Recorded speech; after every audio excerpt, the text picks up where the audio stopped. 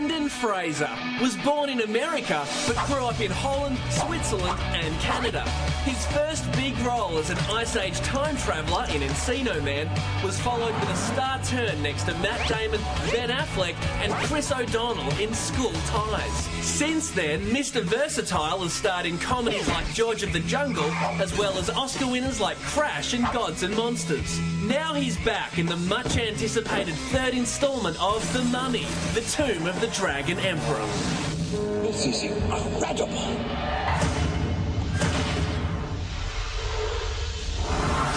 Here we go again. Whoa! We're gonna do this my way. I put down more mummies in my time than you. You put down one mummy, Dad. Yeah, same mummy, twice. I told you to fasten your seatbelts, but it was too cheap to buy any. Why am I laughing? Really?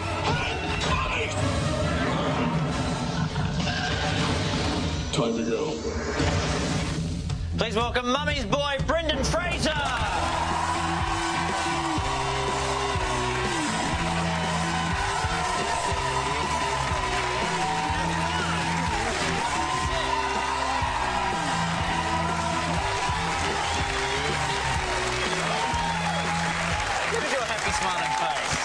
I'm glad to be here.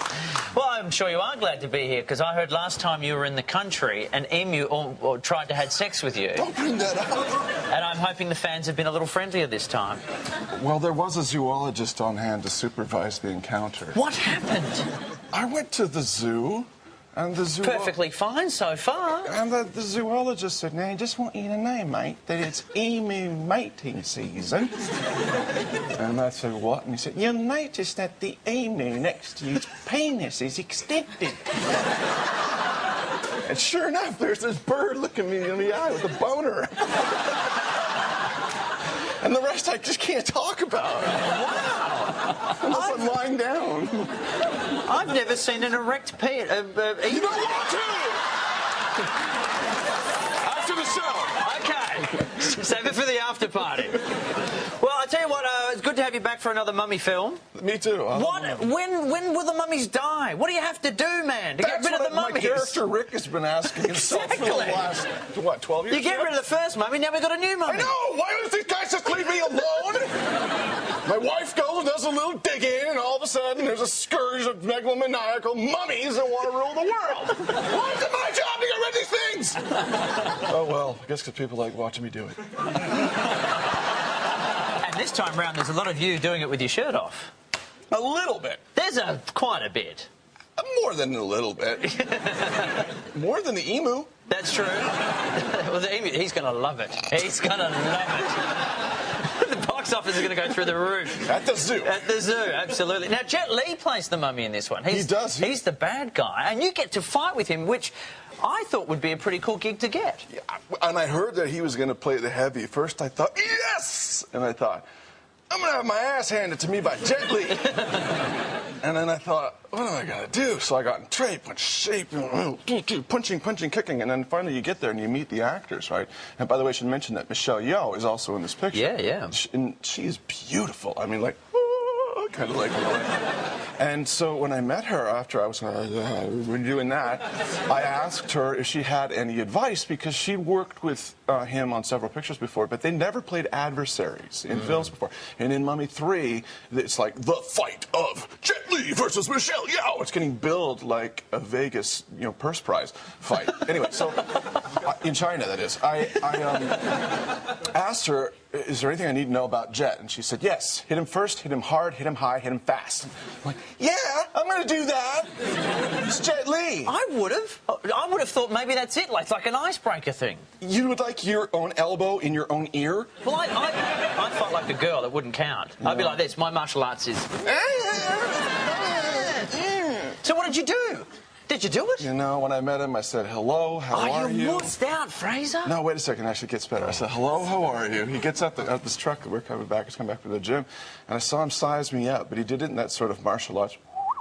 He was with one eye that just went like that. And he saw, I thought him, the little thought bubble go, I could take him.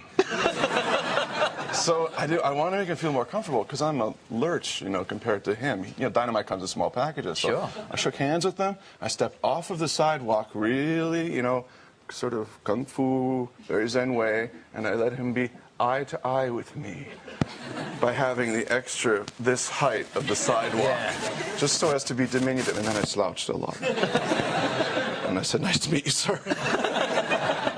But when we actually came to shooting the sequence when the goodie and the baddie fight, I have to say this with all sincerity, the guy's a complete pro, a gentleman. And if ever he threw a roundhouse kick and it hit me, it would just go pink off the shirt. Wow. But of course I'm a klutz, and I'd miss my mark, and so... I'm glad they had filmed in that camera, because I'm only doing that once. It's a very physical film. You have a very physical role in this. You're about to hit 40. I can't wait. But I'm going to hit it back, I'm telling you, that's right. I was feeling for you. I got to wonder what it's like now, you know, still doing all these action-heavy movies. It's about ice bags on the knees, you know, lots of sympathy, comfort food. Favorite comfort food? Mac and cheese. Oh, yeah. Anybody else out there with the mac and cheese? Oh, yeah. Mac and cheese. It's just pure carb. That's what's so good about that, baby. And you're also in another film coming out towards the end of the year for us, right. with Journey to the Centre of the Earth. Now, what I love about this, I went and saw it, it's totally in 3D. It's in a way that an audience has never seen it before, because we've actually perfected I did it. I was just in it. Looking in the 3D labs. Right, yeah. The thing is, the audience is immersed into the world of the picture, whether you like it or not. I mean, that is in the story. Journey to the Center of the Earth, you'll never guess what happens. It's on the title, folks. But the point is, 3D, as we may recall, had a red eye and a blue eye, and a kangaroo. Yeah. A red eye, blue eye, and the experience was such that it kind of gave you an art strain, and it made you kind of want to hurl. You know, it just didn't work. Headaches and weird kind of... It was gimmicky, you know? And it was those klutzy little cardboard ones. They give you paper cuts. Yeah. Above the ears. Well, this is my thing, because I went and saw it, loved it, and especially the 3D element is fantastic. You're an executive producer on this, as well as being performing in it. For my sins. But these are the 3D glasses. Yes, that you have to wear when you go in. Are they cool? I'm kind of feeling like... the cinema's going to look like a bunch of accountants trying to be cool. Oh, yeah. This film is fiscally fantastic. Buy, sell. Although, at the end of it, yeah, do that. Oh, wow! It's like you're right there. Brendan Fraser, hang on. Brendan Fraser, would you like to win $20 in 20 seconds? Absolutely. Okay. Now it gets interesting. Off we go. Start the clock. If you had to answer all these questions as a Looney Tunes character, which one would it be? Bugs. Are you going to do it? I'll try my best. Okay. You've just done a 3D movie. Did you find it hard to be three-dimensional? What's up, Doc? Do you collect anything? Carrots. What's the first thing you do in the morning? Shave my tail. What's the sexiest French phrase you know? Have you ever killed a goldfish? No, just Elmer Fudd. Wait, no, that was Daffy. I'll get you back to Brendan Fraser. Who would you turn gay for? Ellen DeGeneres.